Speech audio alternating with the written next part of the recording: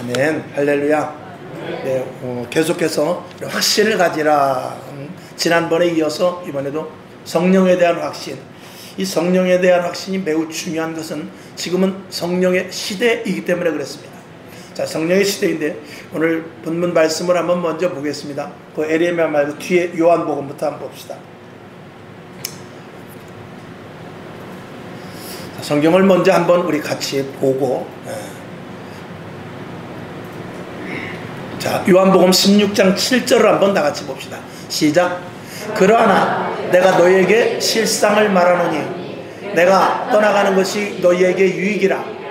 내가 떠나가지 아니하면 보혜사가 너희에게로 오시지 아니할 것이요 가면 내가 그를 너희에게 보내리니. 아멘. 예수님께서 십자가에 못 박혀 돌아가시기 전에 뭐라고 말씀했냐면 내가 너에게 실상을 말하겠다.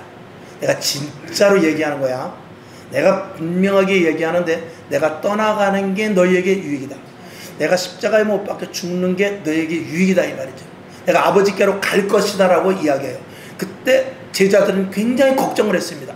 근심을 했습니다. 그런데 예수님께서는 뭐라 그러냐면 너에게 평안할지어다 그랬어요. 걱정하지 마라. 그러면서 오늘 여기 보니까 내가 떠나는 것이 너희에게 오히려 유익이다 이렇게 말해요. 내가 떠나가지 않으면 보혜사 즉 성령님께서 너에게 오실 수가 없어. 내가 가야만 성령님이 너에게 오는 거야. 이렇게 말씀을 하고 있는 것입니다. 자, 그 다음에 요한복음 14장 26절을 봅시다. 시작. 보혜사 곧 아버지께서 내 이름으로 보내실 성령 그가 너희에게 모든 것을 가르치시고 내가 너희에게 말한 모든 것을 생각나게 하시리라. 아멘. 성령님 오면 제자들은 예수님께서 십자가에 못 박혀 돌아가시기 전에 뭐라 하냐면 내가 십자가에 못 박혀 고난을 당해 죽을 거고 그리고 3일 만에 부활할 것이고 부활 후에 내가 갈릴리로 너희보다 먼저 가 있을 거야. 그렇게 분명히 얘기했거든요. 근데 제자들은 십자가에 못 박혀 죽었고 예수님께서 돌아가셨고 그리고 부활의 소식을 들었음에도 불구하고 그들은 갈릴리로 가는 것이 아니라 어디로 갔냐면 빈 무덤으로 갔습니다. 예수님께서 그렇게 이야기를 했어요. 내가 갈릴리로 너희들보다 먼저 가 있을 것이다. 내가 죽지만 살아날 거야. 내가 살아날 것이고 살아서 내가 갈릴리로 먼저 가 있으니까 거기서 너희와 나와 만나자 그랬거든요. 근데 제자들은 예수님께서 십자가에 못 박혀 돌아가시니까 어떻게 하냐면 아유 예수님 죽었으니까 끝났네. 베드로는 뭐라고 그러냐. 난 다시 고기나 잡으러 가야 되겠다. 이렇게 말해버렸습니다. 그러니까 예수님께서 말한 것에 대해서 자기가 듣고 싶은 것만 듣고 자기하고 별로 크게 관계되지 않은 건 하나도 안 들은 거예요. 우리들도 마찬가지입니다. 우리가 예배를 드리고 하나님의 말씀을 듣는데 내가 듣고 싶은 거 듣지 내가 듣기 싫은 거는 듣지 않습니다. 하나님께서 내게 주신 오늘도 방방곡곡에서 하나님의 말씀이 선포되죠. 무수히 선포되지만 걸림이 되고 깨우침이 되고 그리고 마음이 갈가치고 이런 것들은 잘 거부해서 듣지 않습니다. 특히나 물질의 문제나 또 기도하자 이런 헌신합시다 우리 모입시다 이런 것에 대해서는 굉장히 거부를 합니다. 그리고 평안이 있을지어다 직장이 잘 될지어다 자녀들이 잘 될지어다 교회도 안 나오는데 잘 될지어다 그런데 아멘 하면 무슨 소용이 있습니까? 그러니까 내가 듣고 싶은 것만 듣고 듣기 싫은 거는 이 귀에서 듣기는 들어도 관계없이 되는 것입니다. 제자들도 그랬어요. 예수님이 그렇게 신신당부했는데 부활했다는 소식을 들었으면 빨리 우리 갈릴리로 가자 그래야 되거든요. 근데 갈릴리로 가지 않고 무덤으로 다 와버렸습니다. 살았나 죽었나 보러 온 것입니다. 이렇게 사람들이 하나님의 말씀은 분명히 언제든지 오늘도 방방곡곡에서 설교가 말씀 2000년 동안 예수 그리스도의 복음이 증거됐지만 그 복음이 증거된 가운데 변화되지 않고 열매 맺지 못하고 사람이 응답받지 못하는 건 뭐냐? 자기가 듣고 싶은 것만 듣기 때문에 그런 것입니다. 하나님의 말씀은 창세기에서부터 요한계시록까지 모두가 다 우리에게 주시는 축복의 말씀이지만 그 말씀대로 살고 그 말씀이 우리 심령 속에 기억될 때 효용의 가치가 있는 것입니다. 말씀은 골라먹는 것이 아닙니다. 말씀은 모든 창세기에서부터 요한계시록 모두가 다 내 말씀이고 우리 속에 들어와야 될 것입니다. 자, 한 절을 더 보죠. 요한복음 15장 26절 시작. 내가 아버지께로 너희에게 보낼 보혜사 곧 아버지께서 나오시는 진리의 성령이 오실 때에 그가 나를 증거하실 것이요. 자, 조금 전에 14장 26절을 보면은 내가 너희에게 말한 것이 생각나게 할 것이다 그랬죠. 아니나 다를까 오늘 성경 본문 사도행전 2장 1절에서부터 4절까지 말씀에 성령이 내려왔어요. 성령이 내려오니까 제자들이 그동안 들었던 거 다 까먹은 것이 아니라 잊어버린 것조차도 생각나게 하셔. 생각나게 하시고 복음을 전하는데 강력하게 복음을 전합니다. 이전의 제자들과 전혀 다른 모습으로 복음을 증거하게 되는데 이 속에서부터 하나부터 열까지 다 예수님께서 3년 반 동안 가르쳤던 것들이 그대로 생각나게 하는 거예요. 그리고 다시 오늘 15장 26절 보니까 보혜사 곧 아버지께로서 나오시는 진리의 성령이 주님 오시는 그날까지 나만 증거하게 될 것이다. 그러니까 성령 받은 사람은 첫째로 예수가 믿어져.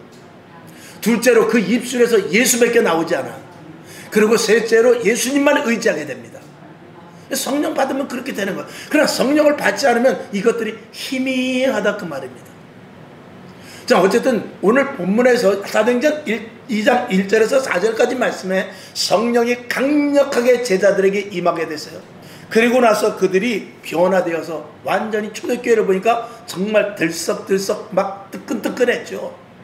놀라운 역사가 일어나고 죽은 자가 살아나고 기적이 일어나고 표적이 나타나고 정말 말할 수 없는 일들이 일어났는데, 자, 그러면 2000년이 지난 오늘도 역시 성령의 시대인데 언제까지 성령님이 역사하시느냐? 주님이 다시 오시는 그날까지 성령님은 이 시대 속에서 역사하셔요. 그러니까 보통 이 교단마다 조금씩 다르지만 어떤 교회 교단에서는 이 성령을 단회적인 것이라고 말하며 오순절 마가다락방에서 한번 일어났던 것이 끝이라는 거예요. 그리고 그 표적을 보고 그냥 다른 사람들이 믿으면 된다, 이렇게 말하는 교단도 있습니다. 그런 교리를 가진 교단도 있습니다. 그러나 성령은 그렇지 않습니다. 만약에 그때 일회성으로 끝났으면 그걸 보고 믿을 사람은 그 제한적일 수밖에 없습니다. 2000년 동안 교회가 꾸준히 세워질 수 없고, 2000년 동안, 아니 누가 가서 저 아프리카에 가서 복음을 전해요? 누가 가서 이 조선이라는 나라에 와서 오기만 하면 죽이는, 눈이 파란 사람이 오기만 하면 죽이고 저 대동강에 배가 왔을 때 불질러버리고 그랬는데 무슨 근거로 복음을 전합니까? 아이고 거기 가면 죽는데 난 안 가겠다. 제가 아는 선교사 한 분도 저 이집트 아랍 쪽으로 갔는데 정말 위험한 길이죠. 누가 갑니까? 아내와 남편과 애들이 지금 7살인가 그래요. 7살이고 그리고 4살인가 이렇게 되고 걔네들 데리고 간 거예요. 그 젊은 나이에 한 40 됐죠. 여러분 갈 수 있어요? 그게 무엇에 의해서 가는 것입니까? 그 젊은 청춘을 왜 그 위험한 곳에 가서 보내게 됩니까? 이 성령에 충만한 오순절 마가의 다락방에서 일어났던 오늘 사도행전 2장 1절에서부터 4절까지의 말씀과 같이 강력한 성령이 그에게 부어졌기 때문에 안 갈 수가 없는 거예요. 그럼 이 시대에도 성령의 역사가 있어서 그런 분들이 있는데 우리는 뭐냐 이거. 우리는 예수를 10년 믿고 20년 믿었는데 우리는 뭐냐 이거. 그거 똑같이 예수를 믿는데 어떤 사람은 오직 타 문화권 정말 언어와 풍습이 다른 곳에 가서 생명을 걸고 복음을 전하는데, 그리고 그 복음이 200년 전에 우리나라에 와서 지금 교회가 세워졌는데 나는 그만큼 10분의 1 100분의 1이라도 하느냐? 그걸 오늘 성령님께서 우리에게 물어보는 거예요. 자, 50년 60년 전에는 늘 그 소리를 할 수밖에 없죠. 50년 60년 전에는 그 뜨거운 성령의 경험을 가지고 우리 부모 세대가 교회가 정말 뜨거웠어요. 초대교회와 같이 똑같았어요. 밤새 기도하고, 그리고 나가서 지금같이 8시간 근무제가 어디 있습니까? 잔업 다 하고, 그리고 집에 와서 애들 밥 챙겨주고 또 밤에 가서 기도하고 밤새 기도하고 새벽 예배 드리고 와서 또 일하고.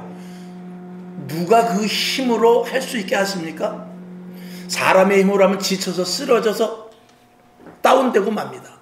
근데 이 속에서부터 성령님께서 아픈 것을 치료하시고 약한 것들을 강하게 하시고 없는 힘이 생겨나게 하시고 발목에 힘이 있게 하시고 목청에 힘이 있게 하시고 머리가 맑아지게 하시고 하는 그런 성령의 강력한 역사로 말미암아서 그때 그런 역사로 대한민국이 일어났고, 그리고 교회들이 계속해서 세워졌는데 2000년 이후에 배가 부르니까, 그리고 지식의 영이 들어가 버리니까, 선악과를 먹게 되니까 하나님의 말씀이 멀리 되고, 그리고 교회가 쇠퇴하기 시작해서 지금은 성령 충만하여 불러 부르짖고 2시간 3시간 기도하고 엎드려 방언하면서 그리고 소리질러 기도하면 미쳤다고 말합니다. 이게 어디서부터 나옵니까? 살그머니 들어온 마귀가 그런 괴계를 부리는 것이죠. 물론 성령의 충만함으로 말하면서 성령이 충만하다는 근거로 해서 잘못된 그 부작용도 있었어요. 그 어느 교단에 기도원이나 이런 데 가면 정말 해서는 안 될 그런 짓도 하는 데도 있습니다. 그러나 그런 부작용이 있다고 해서 여러분이 병원에 가서 대수술을 받을 때 그냥 수술 받습니까? 절대 그냥 수술 받지 않습니다. 반드시 거기다가 서약을 해야 돼요.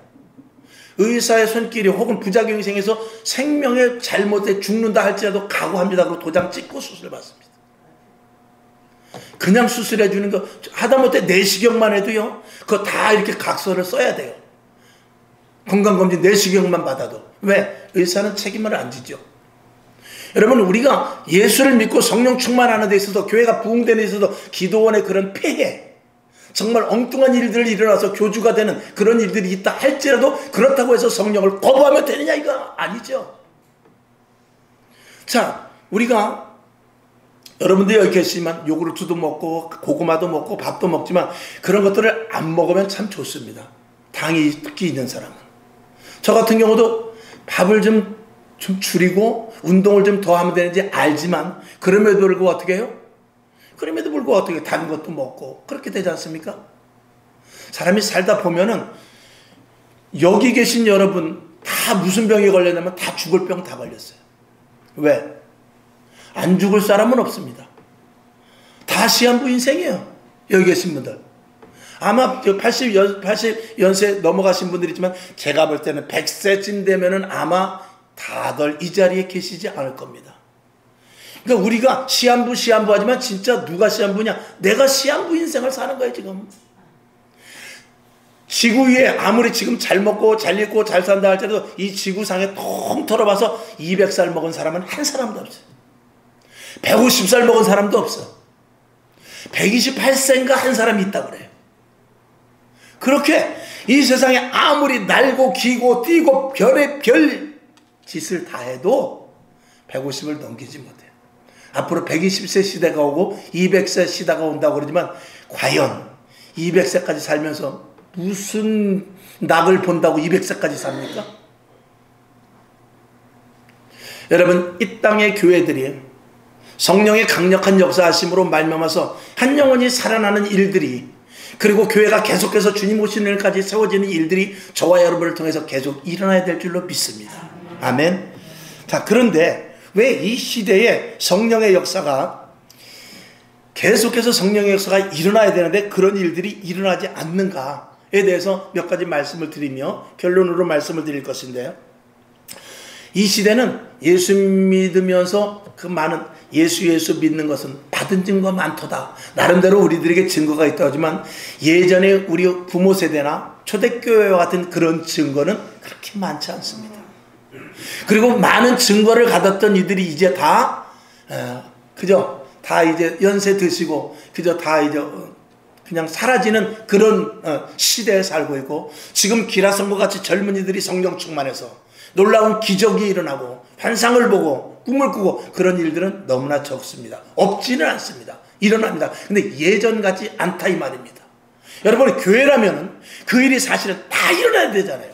근데 어느 교회는 일어나고 어느 교회는 그런 일이 안 일어나고, 그것도 그나마 점점 그런 교회들이 축소된다면 이건 뭔가 잘못된 거 아니냐 이 말입니다. 오순절 마가다락방에서 그 교회에서 놀라운 성령의 역사가 일어났으면 지금도 교회, 어느 교회든지 작든지 지하든지 상가든지 그리고 큰 건물이든지 작은 건물이든지 교회 안에서 성령의 충만함의 역사가 어느 교회든지 동일하게 일어나야 되는데 그런 일들이 왜 일어나지 않냐 이것이죠.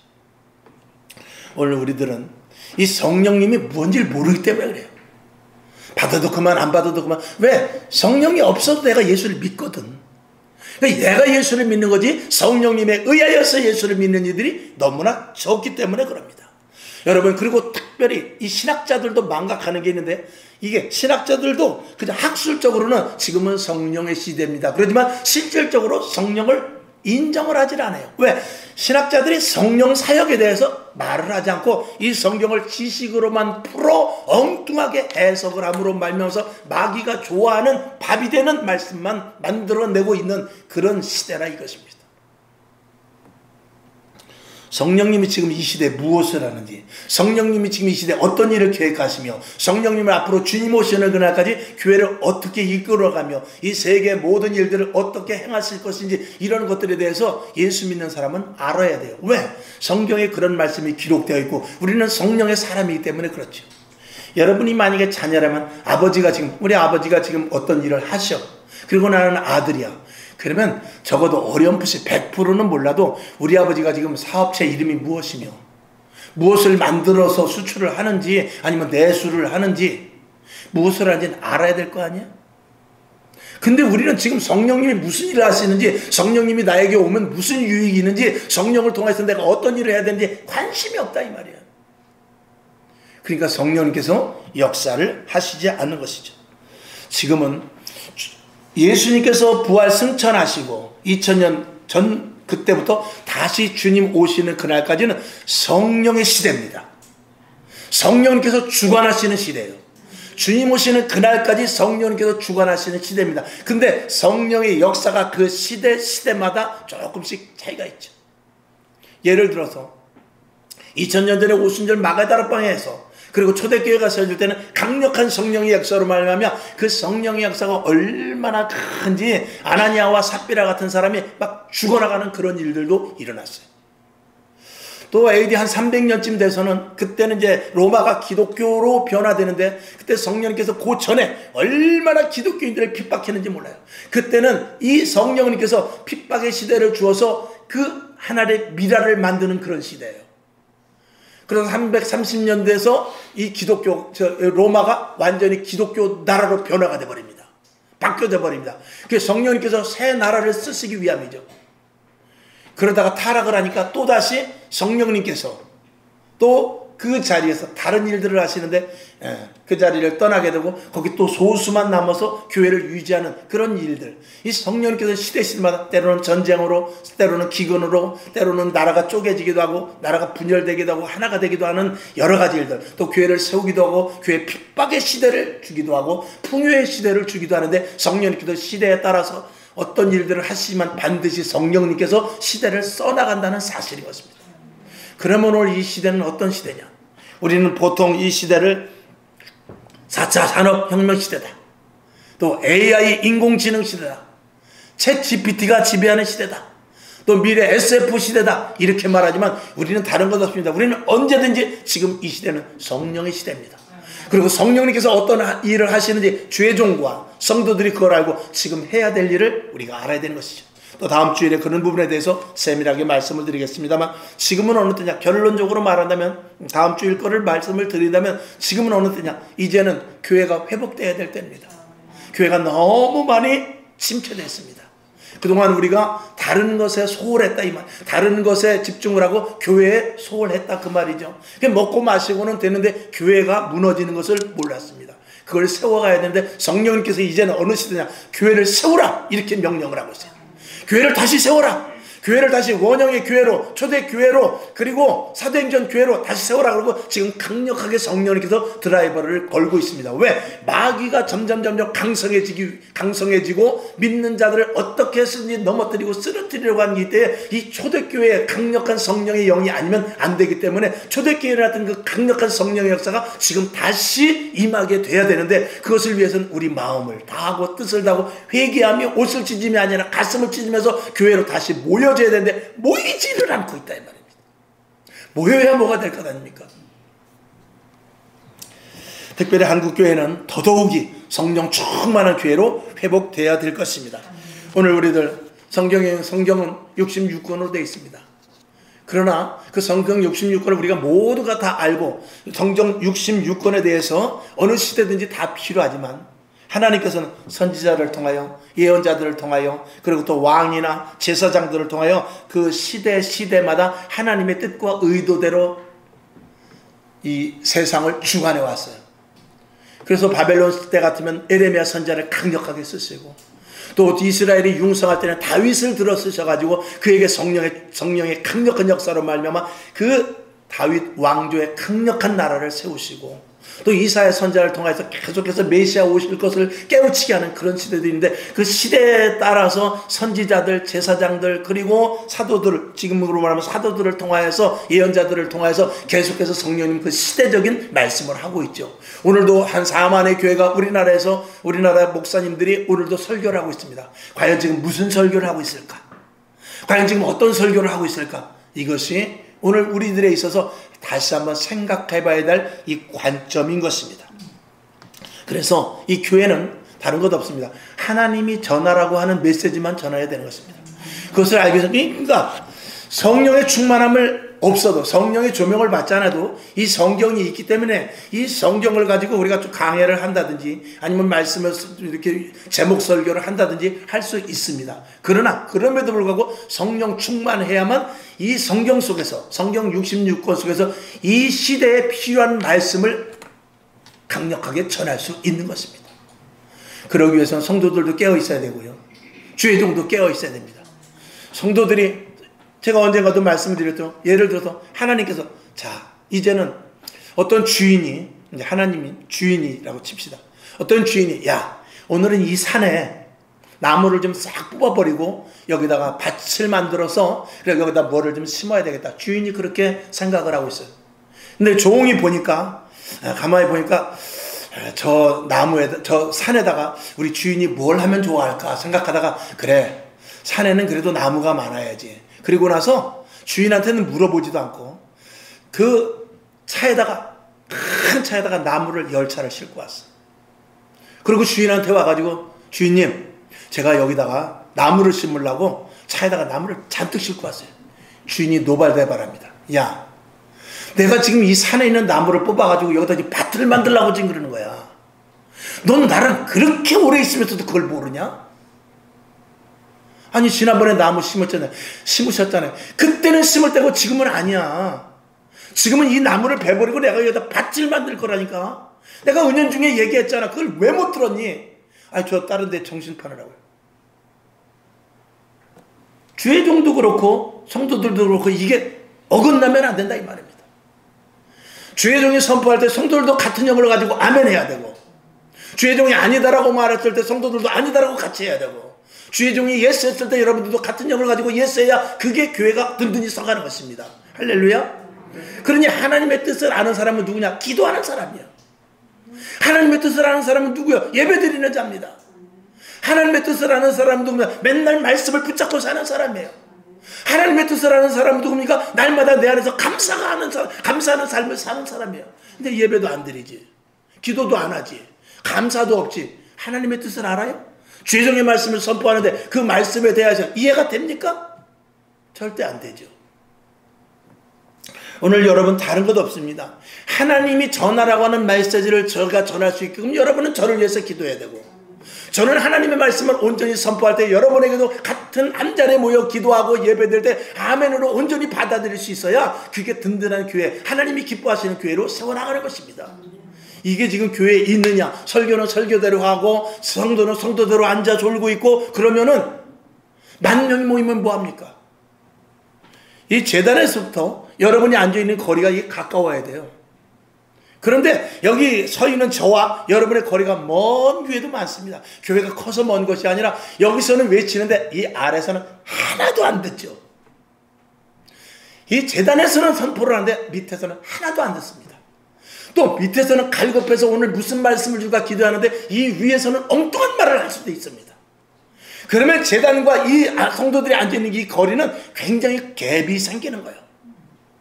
그러면 교회는 서 있을지 모르지만 그 교회는 영적인 교회가 아니고, 그리고 힘 있는 교회가 아니고, 마귀가 틈타지 못하는 교회가 아니라 힘없는 교회가 돼. 대단히 죄송하지만 교회를 압수하고 핸드폰을 뺏어가고 체포를 해가도 성도들 하나 손은 대지 못하고 30만 60만 명이 되는 성도가 멍하니 쳐다보는 그런 바보 같은 교회가 되는 것입니다. 여러분, 이렇게 사람이 힘들고 어려울 때는 좀 감성적이고 심리적으로 안정되는 설교를 해주길 원하죠. 보통 그렇습니다. 그래서 지금 이 시대에 평안의 설교를 많이 합니다. 그러나 에레미야는 그렇게 하지 않았어요. 시대가 급변하고 막 위에 북이스라엘은 아수르로 이미 벌써 다 멸망을 해버렸고, 그리고 이제 바벨론 신흥 국가가 세워지면서 남유다를 막 치고 들어올 때 그때 평안하다 안정하다 말하는 것이 아니라 정신 차리고 너희들이 잘못됐기 때문에 그랬으니까 70년 동안 포로로 끌려갈 거야, 그 말을 했더니 난리가 난 것입니다. 그러나 에레미야는 시대를 바로 봤기 때문에 그 말을 하는 거죠. 성경을 한번 보겠습니다. 에레미야 25장 7절부터 11절까지 5절의 말씀인데 우리가 말씀을 잘 한번 좀 생각을 하면서 읽어보겠습니다. 7절부터 시작. 너희가 내 말을 듣지 아니하고 너희 손으로 만든 것으로 나의 노를 어떻게 해요? 격동하여 스스로 해하였느니라. 여호와의 말이니라. 8절. 그러므로 나 만군의 여호와가 이같이 말하노라. 너희가 내 말을 듣지 아니하였은즉 9절. 보라, 내가 보내어 북방 모든 족속과 내 종 바벨론 왕 느부갓네살을 불러다가 이 땅과 그 거민과 사방 모든 나라를 쳐서 진멸하여 그들로 놀램과 지속거리가 되게 하며 땅으로 영영한 황무지가 되게 할 것이라. 10절. 내가 그들 중에서 기뻐하는 소리와 즐거워하는 소리와 신랑의 소리와 신부의 소리와 맷돌 소리와 등불 빛이 어떻게 해요? 끊어지게 하겠다라는 것입니다. 11절. 이 온 땅이 황폐하여 놀램이 될 것이며 이 나라들은 70년 동안 바벨론 왕을 섬기리라. 그래가지고 죽을 뻔했잖아요. 그래가지고 갇혀버렸잖아요. 그래가지고 매를 뒤지게 맞았잖아요. 그러나 그걸 선포하지 않을 수가 없어요. 왜? 성령님께서 지금 심리적으로 안정을 좀 취하고 지금 극도로 유다가 불안해 있거든요.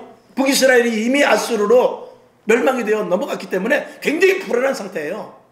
그렇기 때문에 지금 안정을 취하고 좀 심리적인 평화를 주기 위해서 하나님이 여러분을 도우십니다. 걱정하지 마십시오. 그랬으면 얼마나 좋겠어요. 근데 그런 선지자가 있었어요. 하나나 선지자를 비롯해서 그 에레미야 선지자보다 많은 에레미야 선지자의 그룹보다 많은 선지자가 저 에레미야 저 가짜라고요. 저 아주 나라를 팔아먹으려고, 저 바벨론에 팔아먹으려고 하는 저 아주 간첩 첩자다 이거죠. 매국노다 이거죠. 그래가지고 얼마나 핍박을 당했는지 모릅니다. 그리고 하나냐 선지자, 하나냐 맞죠? 하나님 선지자 같이 평안해. 그리고 절대 우리나라는 끌려가지 않아. 저 북이스라엘 저놈들은 아주 나쁜 놈들이기 때문에 아수르를 통해서 하나님이 징계한 것이지만 우리 남유다는 그래도 얼마나 잘했는데 거기다 대면 우리 양반이야. 절대 우리 끌려갈 리가 없어. 저런 나쁜 놈이야. 거짓말이야. 그리고 국민들에게 평안하다 평안하다 그랬거든요. 그러니 백성들은 하나님 선지자가 진짜라고 계속, 아이고 하나님 선지자가 진짜 하나님의 영을 받은 사람이다. 에레미야 저 가짜다 그랬단 말이에요. 근데 어떻게 해요? 피할 길이 없죠. 여러분 이 시대도 마찬가지입니다. 여러분 이 시대 평안을 원합니까? 안정을 원합니까? 여러분들이 다 이전에 와서 오늘도 대한민국 방방곡곡에 한 600만의 성도가 오늘 다 같이 오늘 이 시간부터 오늘 집에 가지 않고 이 시간에 딱 무릎 꿇고 엎드려서 우리 밤 저녁까지 정말 한 6시간 밥 먹지 말고 그리고 한번 6시간만 기도해 봅시다. 만약에 그런다고 해봅시다. 미친놈이라지. 저 목사가 미쳤구나. 드디어 맨날 기도하더니 맨날 저녁마다 기도하더니 성경 보더니 미쳤구나. 그러지 않겠어요? 그러나 만약에 그런 일이 일어난다면 대한민국은 바뀌어질 것입니다. 근데 누가 그런 말을 해요? 누가 그런 말을 합니까? 여러분 오늘 또 좋은 날입니다. 더운데 무더위에 건강하시고 여러분 휴가 잘 다녀오십시오. 휴가 가서 만약에 주의를 못 지키면 그 가까운 데 가세요.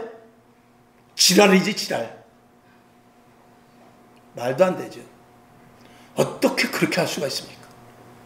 물론 부득이하게 정말 믿지 않는 식구들과 할 수 없이 갈 수도 있어요. 그러나 그런 예외의 저항이 아니고 적어도 장로, 안수집사, 권사 정도였으면 그 자리에서는 가능하면 빼나와야지. 왜? 그거 1시간 빠졌다고 하나님이 지옥 보냅니까? 그러지 않는 거예요. 그거 1시간 빠졌다고 하나님께서 지옥불로 보냅니까? 그러진 않는 거예요. 그러나 그 하나하나가 모아져서 자칫하면은 신앙에 조금씩 금이 가. 와리가 간다 이 말입니다. 그래가지고 결국 그게 쪼개질 수 있기 때문에 그런 것입니다. 여러분 예배 하루 빠져보십시오. 하루 빠져도 괜찮아요. 근데 하루 빠지면 2번 빠지고 싶어요. 2번 빠지면 3번 빠지고 싶고요. 코로나 때 3년 반 동안 예배를 빠지니까 코로나 이후에 봐요. 코로나 이후에 지금 200만 명이 나가는데 얼마나 들어왔습니까? 회복된 사람이 거의 없어요. 얼마나 그게 쉽지 않은 것입니다. 이게 내려가기는 쉬운데 올라가기는 매우 어려운 것입니다. 제가 지금 격한 말을 했습니다만 여러분들이 감수해서 잘 이해하고 들으시기 바랍니다. 답답해서 하는 말입니다. 이제는 듣기 좋은 메시지를 선포할 때는 이제 지났어요. 듣기 좋은 메시지는 이미 다 했어요. 코로나 이전에 했고, 그리고 이제는 강하게 채찍질을 할 때입니다. 할 수 없어요. 그리고 먼저 신앙생활에서 철저하게 믿음 생활했던 믿음의 선배들이 믿음의 후배들에게 자꾸 격려해야 돼요. 우리 이럴 때일수록 기도해야 돼. 우리 이럴 때일수록 예배 빠지면 안 돼. 우리 이럴 때일수록 전도해야 돼. 교회 다니다 안 다니는 사람은 아예 안 다니는 사람보다 사실 더 불쌍한 거 아니야? 그들 시험 들고 목사님과 싸우고 성도들과 분란이 있고 돈 때문에 교회를 뛰쳐나갔다 할 때도 어떻게 해서인지 다시 교회에 오게 해야지. 어떻게 해서 교회를 갔는데 이렇게 하면서 여러분들이 먼저 믿은 우리들, 저와 여러분, 여기 있는 여러분들이 그렇게 해서 다시 그들을 회복시킬 수 있어야 돼요. 안타까운 것입니다. 지금은 어디 가야 내 영혼이 살고 어떻게 해야 이 내 갈급함이 풀어질까, 이런 것에 대한 이 갈증이 없는 시대입니다.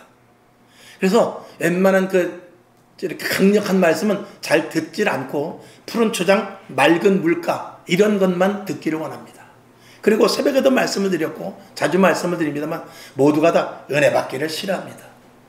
내가 예수를 믿는데 거기까지만 가겠다는 것입니다. 여기까지만 간다. 나는 어디까지? 더 이상 난 안 가. 나는 난 예배 한번 가면 난 끝이야. 혹은 나는 저녁 예배 하면 끝이야. 혹은 나는 구역 예배 하면 끝이야. 그리고 더 이상 절대 나가지 않습니다. 새벽 예배 안 되지. 수요 예배 안 되지. 구역 예배 안 되지. 자기가 나름대로 금을 딱 꺼놓고 가지 않죠. 왜? 은혜 받을까 봐. 여러분 은혜 받은 사람을 보니까 저 사람은 은혜 받은 사람이니까 아유 집을 팔아가지고 헌금을 했네. 은혜 받아 보니까 매일 가서 기도하네. 은혜 받아 보니까 매일 전도하네. 은혜 받은 사람이니까 막 미쳐가지고 전철에 가서 하네. 아유 난 저런 건 싫어. 나는 내 프라이버시가 중요한 사람이야. 나 은혜 받으면 싫어 해가지고 스스로 그 은혜의 자리에 들어가지 않는 거예요. 그런 사람이 왜 없겠습니까? 철저하게 자기 이성적이고 자기 논리적이고 자기 합리적으로 신앙생활, 내가 가고 싶은 데까지만 간다 이거예요. 나를 온전히 맡겨 물속에 깊이 들어가 1천척, 2천척, 3천척 측량할 곳 없는 것까지 가는 것이 아니라 1천척 들어가니까 발목이네, 2천척 들어가니까 무릎이네, 아유 더 이상 들어가면 안 되겠다. 나 여기까지만 들어가서 내가 볼 것을 보고 내가 할 것을 하고 내가 계획할 것을 해나가야 돼. 그리고 들어가지 않는다 이 말입니다. 그런 분들이 오늘도 많이 나와서 예배를 드려요. 여러분은 그런 분들에게 올인하여 온전히 성령의 사람이 될 수 있기를 주님의 이름으로 축원합니다. 성령의 사람이 되어 성령의 사람에 붙잡힌 바 되면 마치 저 깊은, 여러분 저 깊은 바닷속에 들어가면 바깥에서 보기에는 출렁출렁 물이 막 아른거리고 태풍이 오고 그러지만 그 해수욕을 입고 저 다이버들이 깊은 데 들어가면은요, 그 안에 들어가면 아주 황홀한 이 바깥의 경치보다도 더 멋있는 그 안에 산호초를 비롯해서 물고기들을 비롯해서 얼마나 아름다운 것이 있는지 모른대요.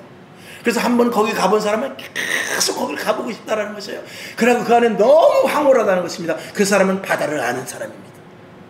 그러니까 예수를 믿어도 표면적으로 보면 주일마다 나와야지, 저녁마다 나와야지, 기도해야지, 헌금 드려야지, 전도해야지, 봉사해야지, 안내야지, 이거 직분을 떡분이 받아놨으니 안 할 수도 없지. 점점 예수 믿기가 힘들어지죠.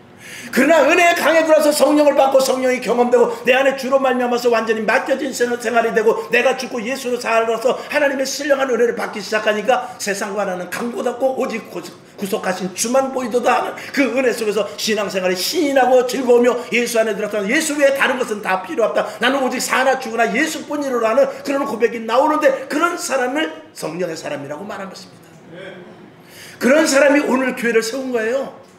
그런 우리 믿음의 선배들 때문에 대한민국이 서 있었던 겁니다. 근데 그것이 지금 다 무너졌다 이 말이에요. 이걸 누가 세울 거예요? 누가? 우리가 다시 세워야죠. 왜?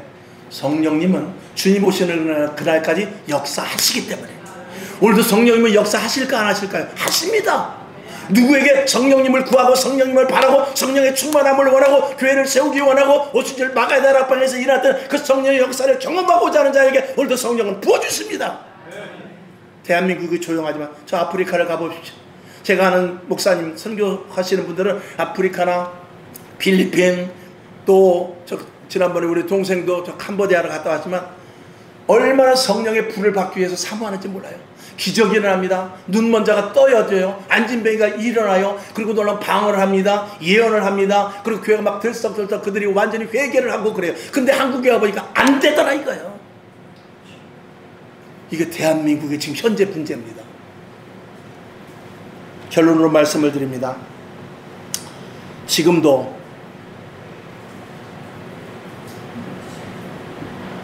한편에서는 지금도 부르짖어 기도하고 방언으로 기도하며 2시간 3시간씩 기도할 때 그렇게 기도할 때